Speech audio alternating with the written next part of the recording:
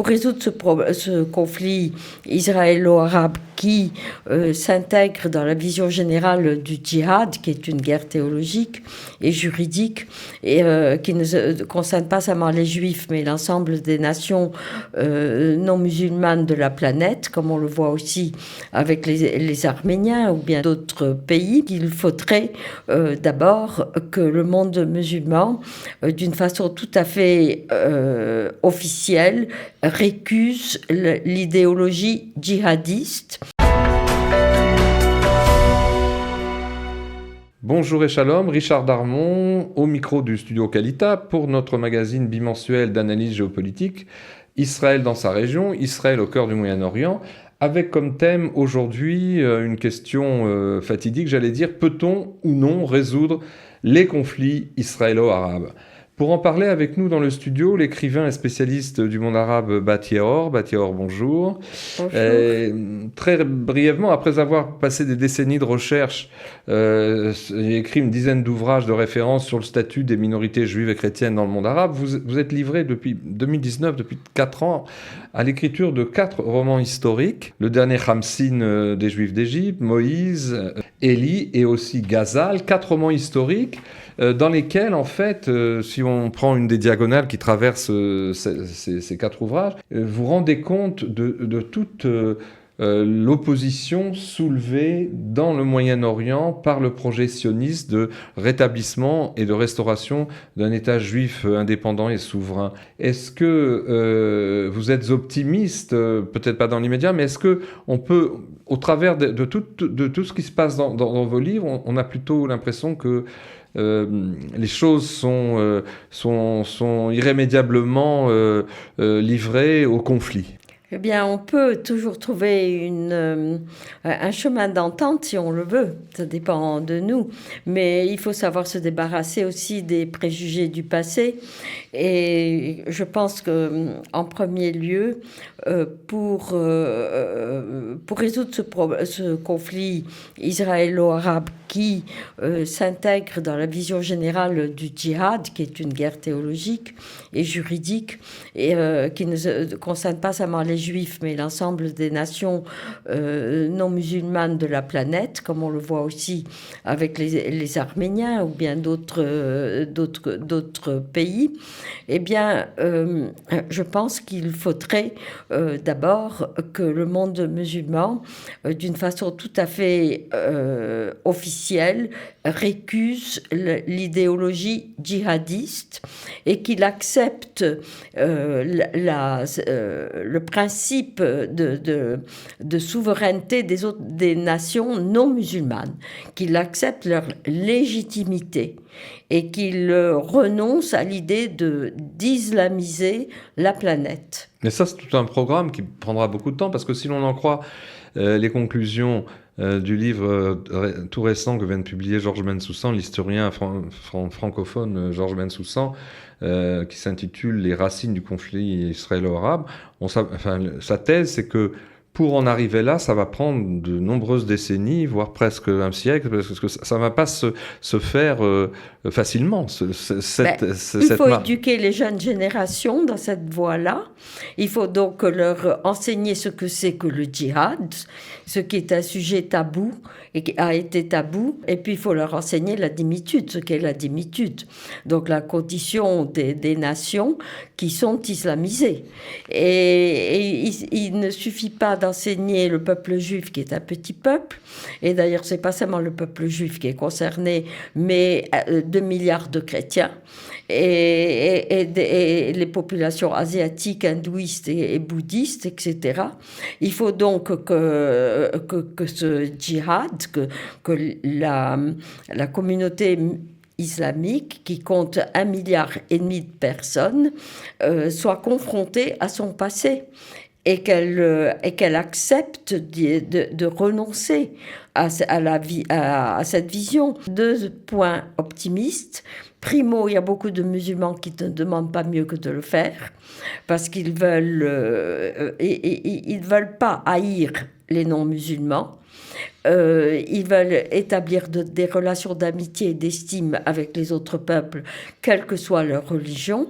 Et ils veulent, et puis autre chose, c'est qu'il faut laisser aux jeunes générations du travail à faire. Absolument. Alors, il est bien écrit dans la Bible, dans les proverbes, tu n'as pas besoin de terminer le travail, laisse autre chose à faire.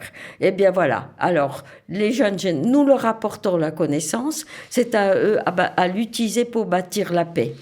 Alors dans ces 4 ouvrages qui sont assez extraordinaires, vous dressez un portrait étonnant, puisqu'il s'agit de romans historiques, grâce à des narrations, d'incroyables narrations d'ailleurs, qui racontent l'histoire de l'Égypte et aussi de l'effervescence qui régnait au Moyen-Orient entre la fin du 19e siècle et pendant tout le 20e siècle, notamment du fait du retour à Sion et de la renaissance de l'État d'Israël, et ce, grâce à plusieurs personnages qui sont en fait des personnages de votre famille, arrière-grand-père, grand-père, et votre propre histoire.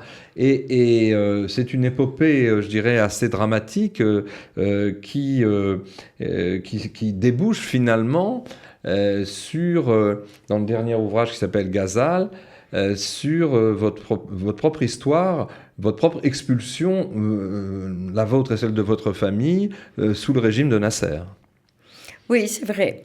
Alors j'ai construit cette saga de la dimitude, en fait, les conditions de vie qui commencent en 1818 et où l'on peut voir les conditions de vie des Juifs et des chrétiens sous le régime de la charia, avant qu'il n'ait été soit adouci, soit éliminé par les colonialismes européens. Et j'ai également montré, étudié à travers ces personnages la souffrance de la dimitude.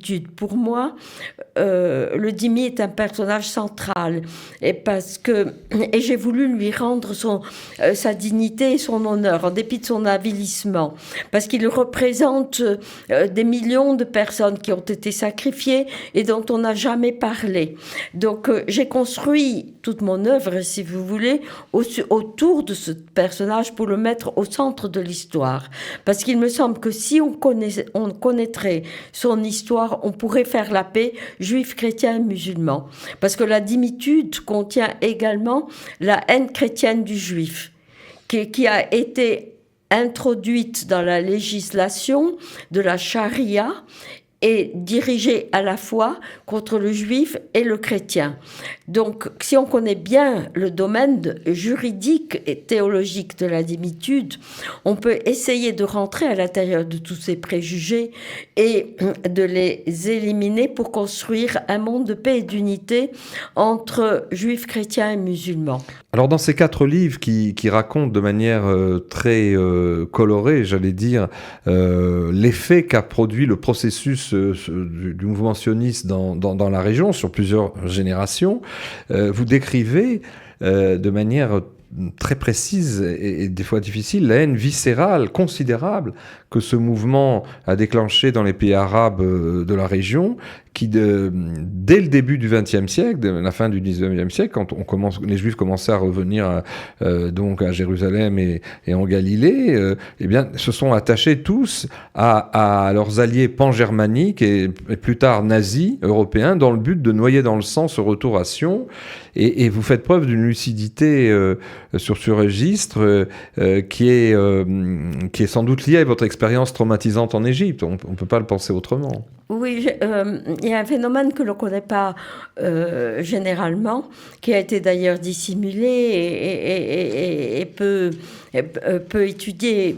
C'est que cette intense fusion, je dirais, du nazi-islamisme avec le nazisme européen, et donc c'est à travers mes personnages que l'on vit ces énormes tragédies que furent la Première Guerre mondiale et la Seconde Seconde Guerre mondiale, à travers, donc, on étudie le développement de ces mouvements à travers ces personnages. Mes personnages sont des personnages véridiques, parce que dans les milliers de pages de documents que j'ai lus, je lisais la description de personnages et d'événements que des voyageurs décrivaient.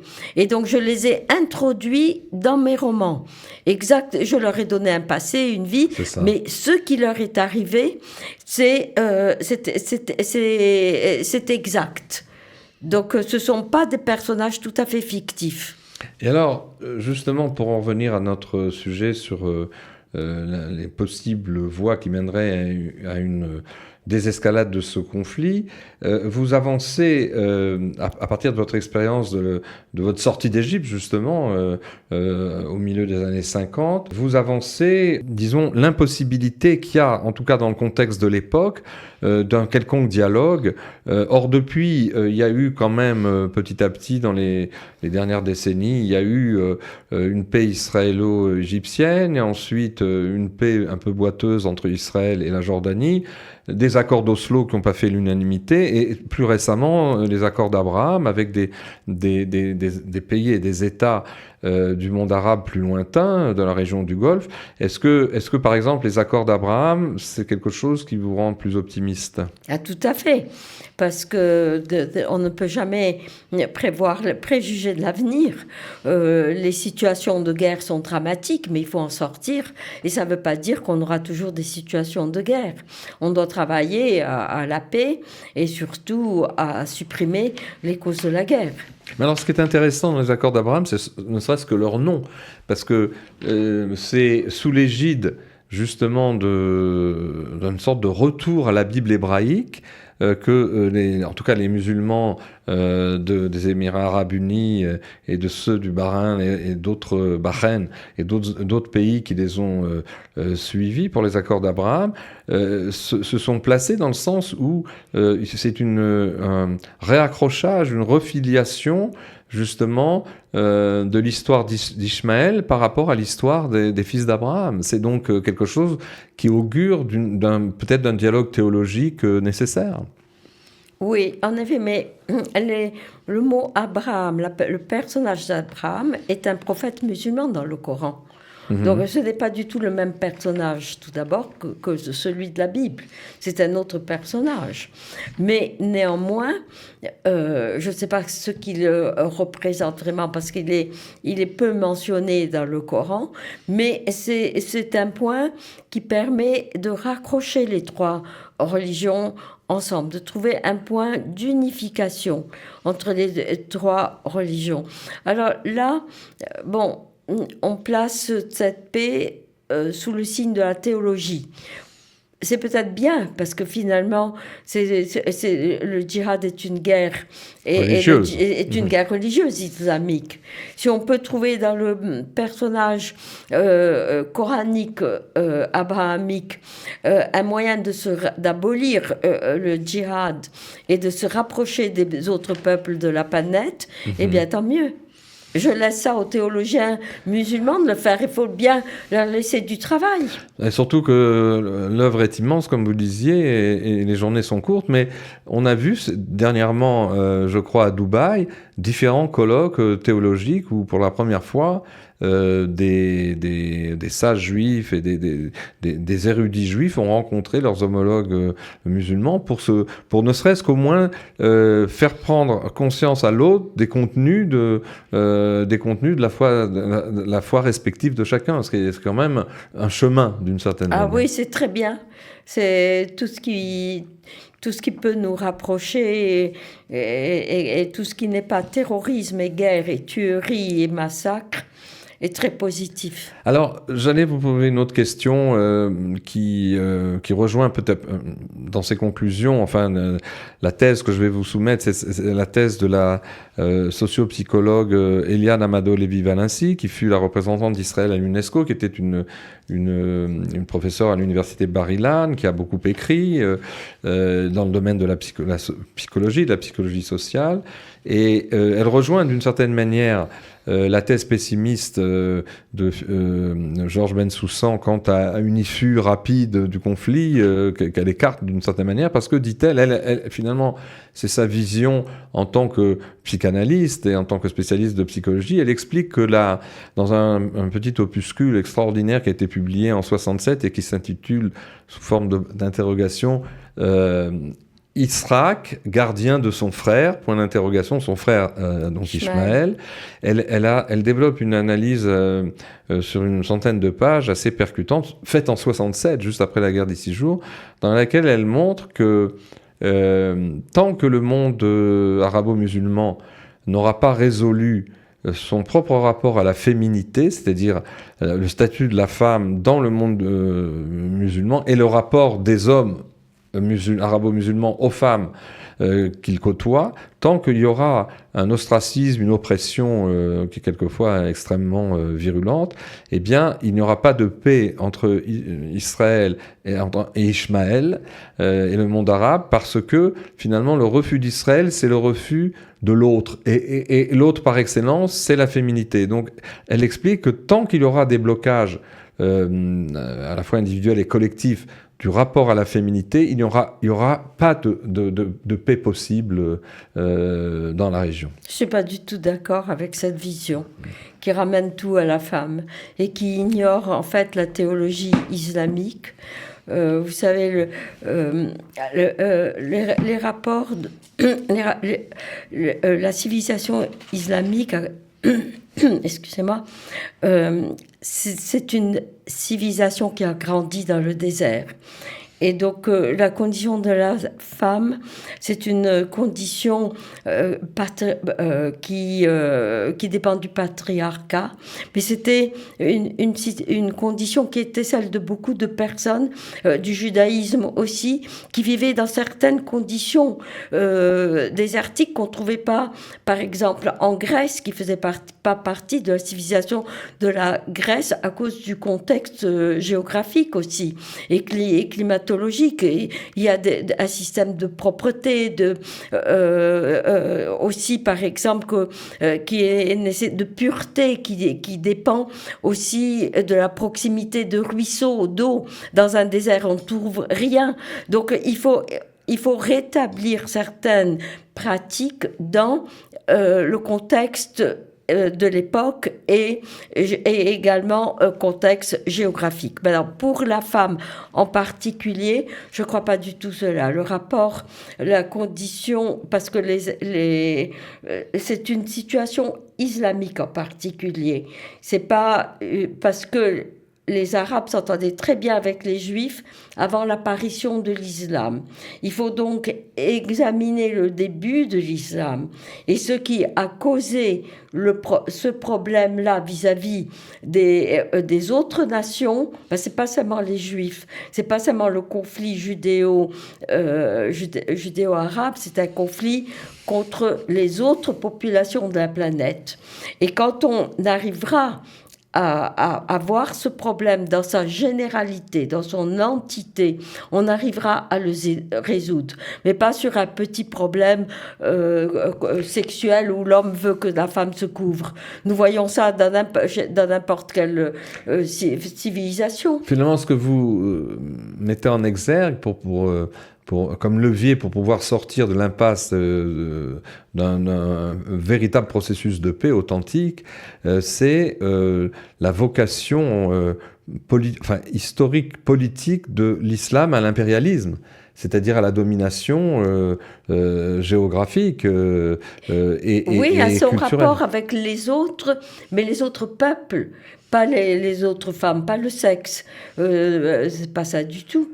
Il y a beaucoup de scènes d'amour et dans la littérature arabe et islamique. Donc non, je ne pense pas qu'on pourra établir la paix mondiale entre l'islam et les autres populations en résolvant le problème de la femme. Non, mais en fait, si j'ai bien compris la thèse que je vous ai soumise un petit peu brusquement de Eliane Amadollévi-Valency, c'est qu'elle disait qu'il y avait une sorte de boulet interne aux sociétés islamiques qui était le rapport à la féminité. Et on trouve cela aussi chez les religieux juifs. Oui. Donc, et chez beaucoup de personnes. Non, et pourtant, ça n'a pas empêché le judaïsme de s'épanouir et d'avoir de bonnes relations avec les populations païennes de l'époque, même de l'époque de nos ancêtres. Ça n'a pas parasité, dites-vous, la coexistence avec d'autres cultures et d'autres civilisations. Vous avez les belles bénédictions du prophète Isaïe sur l'ensemble des nations. Elles étaient à cette époque, elles étaient toutes païennes, mais c'était des hommes et des femmes, c'était l'humanité. Elles étaient universelles en quelque sorte. Exactement.